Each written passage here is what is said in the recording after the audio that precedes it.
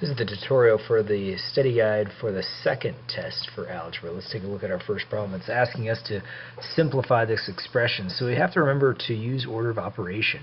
So order of operation says do exponents, the multiplication, division from left to right, addition, subtraction last, and always grouping symbols first. And so we don't have any grouping symbols, but we do have some subtraction between the multiplication and the exponent. So we could go ahead and multiply the 5 and the 7, bring down the minus sign, square the 4, so we get 16, then divide by 2. So we want to divide first here, so we'll bring down the 35 and the minus sign, and we've got 8. And then do the subtraction, and that leaves us with 27 as our answer. Over here we have to evaluate, so we're substituting the numbers in for x and y, so 5 in for x, and then 2 in for y, parentheses around that, and square it. Divided by, and then 5 in for x, and 2 in for y. So we're going to go ahead and multiply first. It's inside some parentheses. Makes 10 squared. And then divide by 5 times by 2. So I'll square first. That gives me 100 divided by 5 times by 2.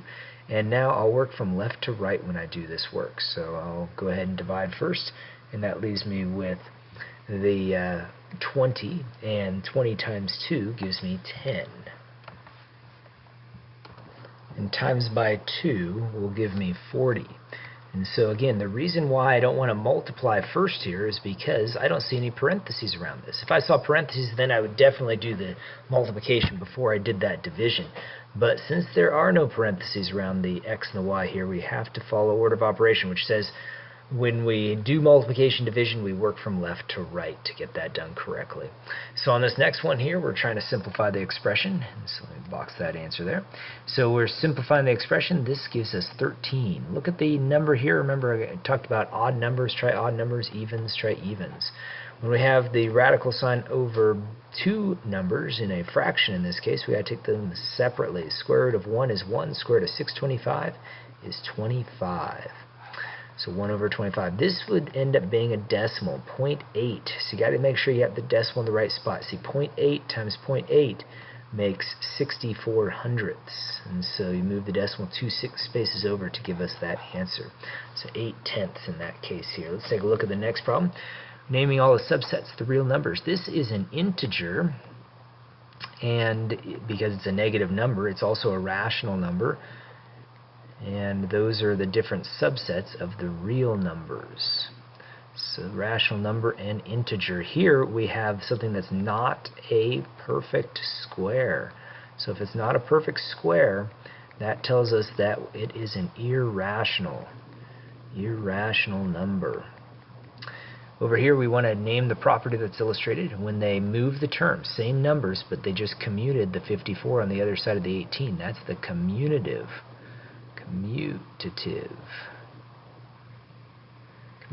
property of, and then make sure you say which one it's of, because there's two of them, so of addition. So looking at the next one here, it says that we've got some parentheses, 569, 569. See, the commutative property was not used. What was done is the parentheses switched locations. Here around the 5 and the 6, here around the 6 and the 9. That's called the associative property of multiplication. And the next one shows that we're adding 0 to a number, we get the same exact number. That's the identity property of addition. Sometimes they say the additive identity. So looking at this one, we're supposed to solve for x. Just add 8 to both sides, and you're left with 18 equals x over 4. So once we have that, we're going to multiply by 4 to cross cancel those 4s. Do the same thing on this other side, and that leaves us with 72 as the value of x. We're supposed to check the answers, so here's how we do it. 10 equals 72 divided by 4. Then take away 8. 72 divided by 4 gives us 18. 18 minus 8, yes, that is 10. 10 equals 10. We've got ourselves an identity, so it checks out. Let's take a look at the last three problems. Here we're supposed to solve this equation, so we go ahead and subtract the 7 from both sides, and when I do that I'm left with negative 8 equals 8x. Dividing by 8 gives us our answer of negative 1. So again, check our answer. So we're taking negative 1 and substituting it in for x. And so this ends up giving me negative 8 plus 7, which is negative 1, and that matches the answer we have. So yes, this is the correct answer. Look at the last, or second to last problem. It says, write and solve an equation for the situation. Ice cream sundae costs $1.75 plus an additional 35 cents for each topping. The total is $2.80. How many toppings? Okay, how many toppings did the sundae have? We're going to say t equals the number of toppings. So always define your variable for the reader, and then we'll go ahead and set it up. So we got the $1.75 plus the 35 cents for each topping, t, and the cost was $2.80. So we'll go ahead and subtract that $1.75 from both sides, $1.75, and we're left with the 35 cents times by the number of toppings equals, and here you got to borrow, so we end up with $1.05. And so when we do that division, dividing 35 hundredths into $1.05, we end up with 3 toppings. 3 is the number of toppings. So looking at our last problem here, it says to write and solve an equation for the situation. Cost of a gallon of gasoline is $3.25 less than 2 times the cost of a gallon of diesel. If the gallon of gasoline costs $3.95, what's the cost of diesel? So let's start off by defining a variable. We'll say G. They're saying what is the cost of gasoline, so that's going to be what is the cost of a gallon of diesel. So let's go ahead and say G equals the cost of gas, and maybe like D equals the cost of diesel.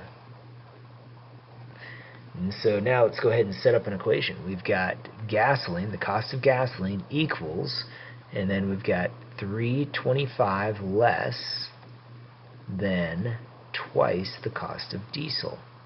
Well, I know what gasoline costs. It says that gasoline costs $3.95.